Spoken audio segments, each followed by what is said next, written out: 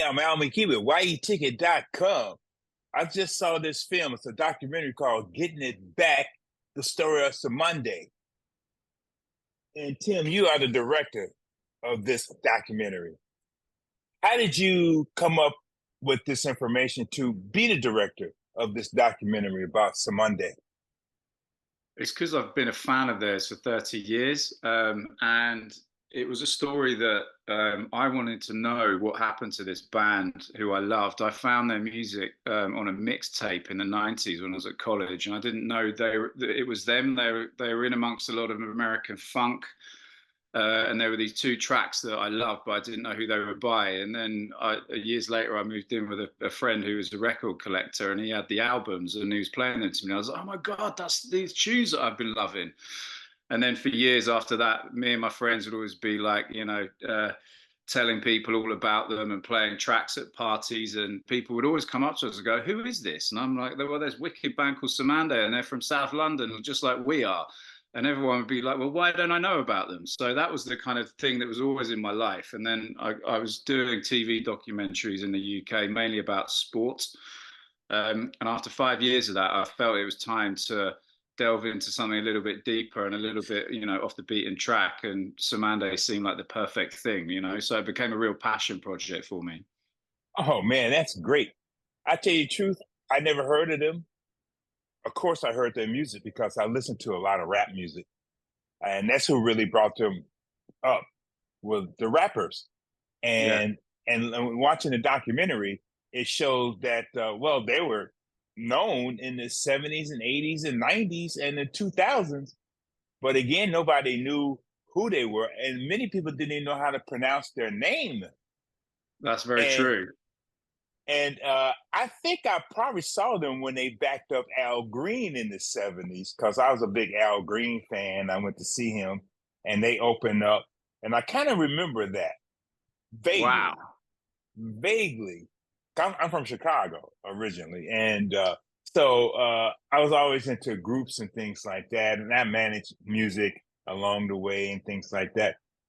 But here's a question that I don't know how they can answer this. They went to the United States, had some success. They backed up some good people. They also presented themselves. Then they get back to London, have no success, and then the government cuts them out of radio and probably TV.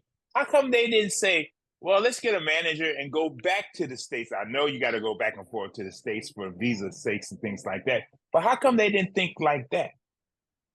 Well, they did two, I think if I'm right in remembering, they did two tours of the States. And each time, you're right, they were very successful and it was really brilliant. But every time they did get back home, there was nothing going on. But the problem is the band was very big. There was like 9 members, and all of them, and some of them already had kids. And it was I asked the band about this, saying, "Well, why don't you just move to the States?" And they were like, "It just wasn't on our radar because we all had families. We're all from London. It's a huge thing, and we were just tired of being on the road for so long. So we just took this break." And so they took this break, but they didn't expect it to last 40 years. Yeah, they took a long break, and you're right, they didn't expect it. Yeah, and I understand where they had family and other uh, personal things to take care of, and they couldn't go back and forth and back and forth to achieve that success. But even though they had 9 members, well, back in the day, back in the 70s, many of the groups back then in the United States, they had large members. They had many members in the group. So I guess they couldn't really make that happen there in London. But again, how did they let the government dictate to them where they can go to perform, and also how they got kicked off the radio? Well, it wasn't really a matter of being kicked off the radio. It was just a matter of no one, all the gatekeepers at the time had no interest in putting them on the radio or on TV. There was a TV program called the Old Grey Whistle Test on the BBC that normally, if a band goes and cracks the States, the first thing that happens when they come back is they go on the Old Grey Whistle Test, and the presenter will be like, "Oh, and they're just fresh from a US tour, and now they're over here." And that just didn't happen because essentially there was a prejudice against black British artists at the time. In the same way, there was a prejudice about black Britons a lot just throughout the country in many kind of forms. And so that, and it's weird because there's many black American artists who found a lot of success over in the UK. Like Jimi Hendrix came over to the UK first before he found his success in the US, and Right. there's a lot of blues artists who've been long forgotten, who came over because the Rolling Stones and guys like that were big fans of theirs. So it was a case of it, there was no interest in homegrown black talent, and there was a lot of it. It wasn't just Cymande. There were many artists who couldn't even get a record deal, let alone get on the TV. Stephen Patrick, the original members, have said to me many times, like, it wasn't just us. There was an amazing, amazing array of black British music that no one's ever going to hear because they didn't even get deals. So it was just a very hard industry and time for them to navigate, sadly. And I think they just, after beating their head against the door for so long, they just got tired, man, and they just decided that enough was enough, and let's take a break and maybe we'll try again a bit later down the road. But they just didn't realize that it quite takes so long. Yeah, they took a very long, and I really got choked up when I heard about that and when I saw what happened to them in this documentary. Now, was it hard for you to get many of the band members to be in this documentary? Did you really have to like look for them so they can get in the documentary? Um, Not really, because the band had come back. They had started touring again, so they were around. But some of them were more up for doing it than others. Like so Derek, for example, who's the sax player, very shy guy, wonderful guy. He became an electrician and put his saxophone down for 40 years until they made the comeback, and he had to relearn how to play, but he really didn't want to be interviewed. Like every time I went to do something, he just wouldn't turn up, or he'd try and hide away from the camera. And it took me 2 years, I think, to get him on camera to do his interview. And I actually met him in the very same park where we did the interview the day before, and sat on the same bench with him and said, "Look, it's just going to be you and me. We're just going to be chilling out, chatting away, chatting about some nice memories. The camera, I'm going to hide over in that bush over there, so you're not going to see the cameraman, and it'll just be a chat." So he got down with that, and then he was brilliant and just a really memorable character. And so it was such a relief to get it done. And the film wouldn't be the same without him. But yeah, it took a little bit cajoling for him, but the rest of the guys, they were up for it because they want to tell their story. Yeah, and they have a great story to tell, and that's why I really enjoyed this documentary as I was watching it, and I can just feel what happened to them. Now, many African Americans and many Americans do not know about the racism there in the UK because somehow they hid a lot of it. I learned a lot of it through the movies of Steve McQueen, your director there. But again, I didn't read a lot about it.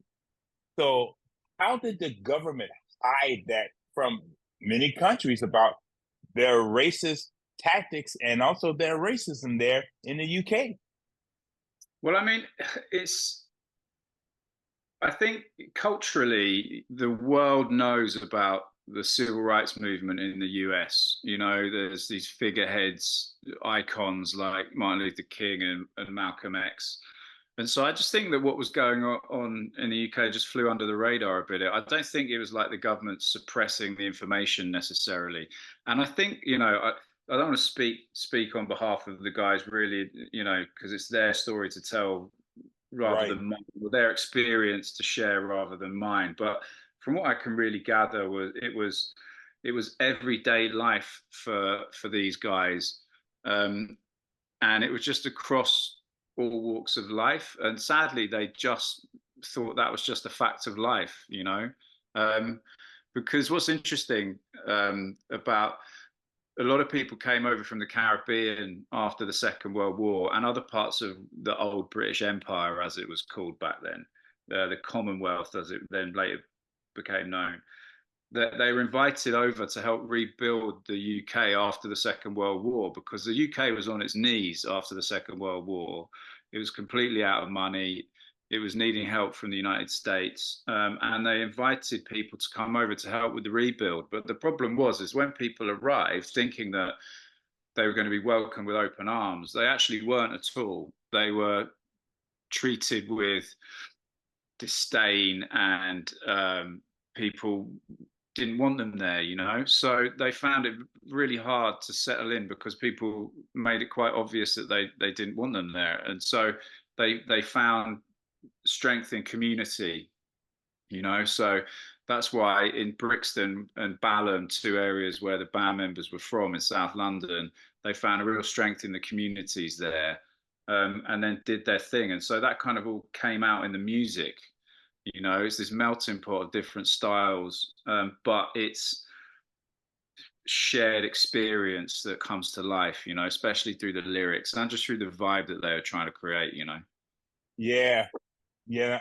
Again, I learned that too, watching many of the entertainment information from Steve McQueen. And okay, here's another question too. Cymande, what does that mean? That name?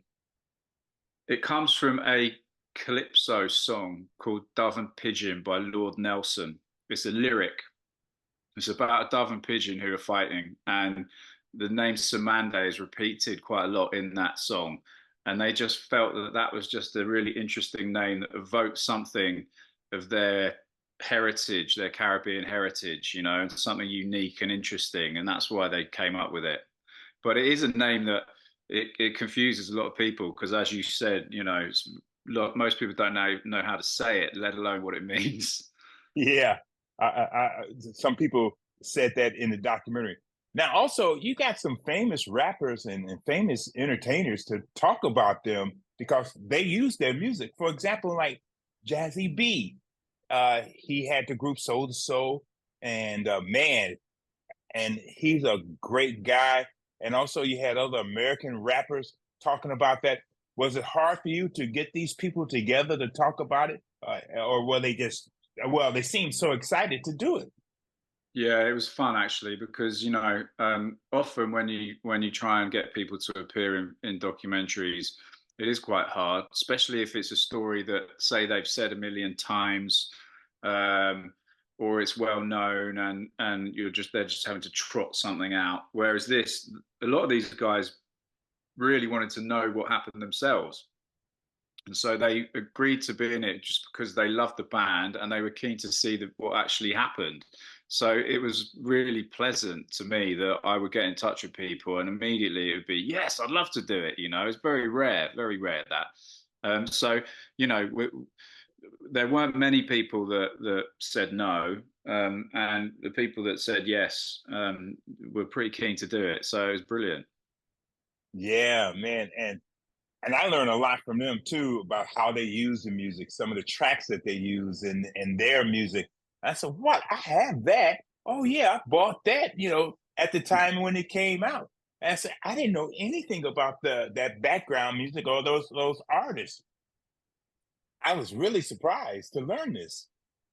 Yeah, and you're not alone. The band were really surprised as well. You know, like I mean, they knew that sampling existed, and they liked it because what it did was keep their music alive. But they what they really didn't know was just kind of the breadth of it, you know, and also how and why it came to be. You know, like before sampling, it was obviously Bra. The song Bra was huge within the kind of early days of hip hop. You know, as Jazzy J and Red Alert talk about in the film, and the band really loved that bit because they had no idea that this was going on, you know. So it was a journey of discovery for me as well because again I knew that they'd been sampled but I didn't know just how many times, and so it was really interesting and fun delving into all that.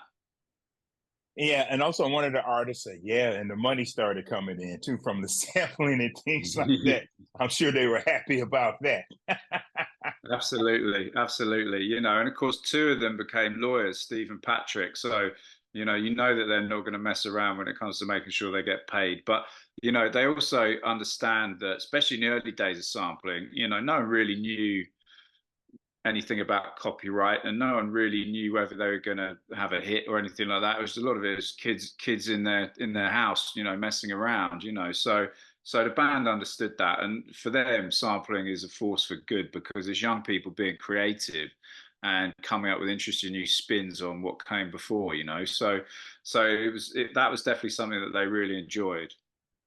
Yeah, and again, I'm enjoying them also because I downloaded their music, Cymande's music, and I've been listening to it for the last couple of days, and I really enjoy it. But I really, again, I kind of feel bad that I didn't listen to it back then because that would have added much more ingredients to me with music and also about music from the UK. Yeah, but better late than never, man. You know what I mean? That's the point, I think. Better late than never. The good thing is that people are getting turned onto their music now, even though it was made 50 years ago. There's a guy, a British rapper called Loyal Kana, who's in the film, who says that he listened to the Fugees and then found Cymande afterwards. So to him, Cymande is the newer music. So it's like pressure. This is like some new thing he's found, even though it's 50 years old. Yeah, man. And Tim, now how can people see this documentary? So it's going to be on a kind of selected theatre release over the next couple of months, really, probably the next 6 weeks in the US. So if they want to go to Cymande's website, cymandeofficial.com, there's a film page on there that's going to have all the listings. Also on Instagram, Cymande Official, Facebook, all that stuff. So they'll be able to see whether there's any screenings in their area. And then after that, not long after that, we'll be getting it available to download and stream and all of that good stuff. So yeah, it's going to be out there over the next few months. And then it's going to be leading into the band releasing a new album, which is going to be brilliant. And I've had a sneak peek at it, and I can tell you it's amazing. So yeah, Cymande are back. And also, I hope I get an opportunity to see them live when they get here to the States. I Yeah, can't the wait to album's see going to be them. out. The album's going to be out probably this early next year, and once that's out, they're going to be touring the States. So yeah, 2025, the band are going to be all over the place. Well, I can't wait to see them. And Tim, I want to thank you for giving me an opportunity to learn more about Cymande, but also to learn about you as a director, but also to learn that music is still fresh, even if it's 50 years old. Absolutely. Well, it's a pleasure to meet you. Thank you, Tim. Thanks, mate. This is your entertainment ticket, latest and greatest.